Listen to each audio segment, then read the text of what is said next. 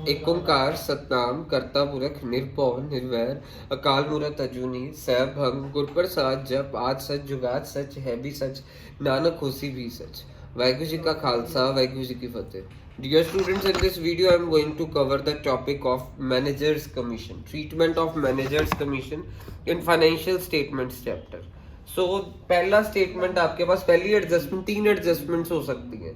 Provide managers commission to work manager at the rate 10% on gross profit after before charging such commission before और after में बहुत important concept है। So provide managers commission to sales manager at the rate 20% of net profit before charging such commission। अगला है provide managers commission to human resource manager at the rate 10% of net profit after charging that commission. ठीक है, including सच commission ऐसे लिख दो या after charging that commission, बस word after लिखा है, ये आपका पॉइंट है। इसमें एक वर्ड आफ्टर लिखा है वो इसमें पॉइंट है, बाकियों में क्या लिखा है बिफोर, बाकी दोनों में बिफोर, थर्ड वाली में आफ्टर। आफ्टर और बिफोर में बहुत अंतर होगा।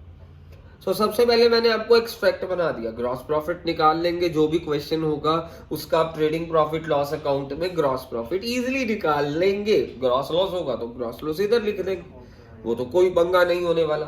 फिर ग्रॉस प्रॉफिट है तो आपको ब्रॉट डाउन करना होगा, उसमें भी कोई पंगा नहीं। अगर ग्रॉस लॉस होता तो भी ब्रॉट डाउन कर देते, तो भी कोई पंगा नहीं था।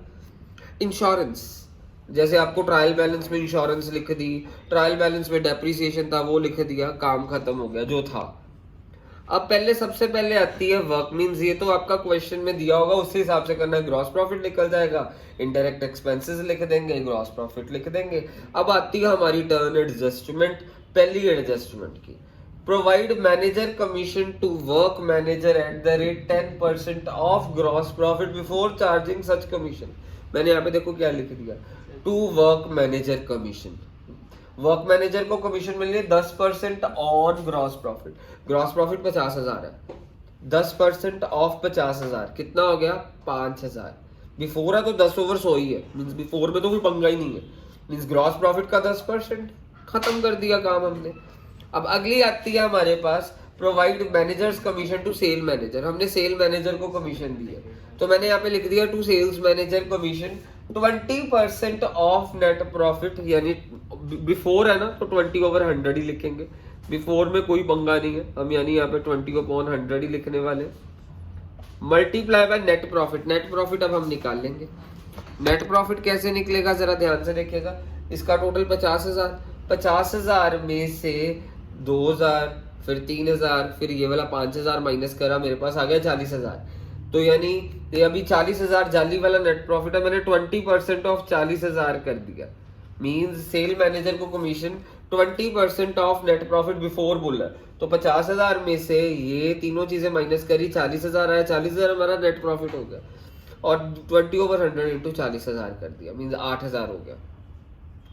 अब अगली एडजस्टमेंट देखें, provide manager commission to human resource manager at the rate 10% of net profit after charging that commission.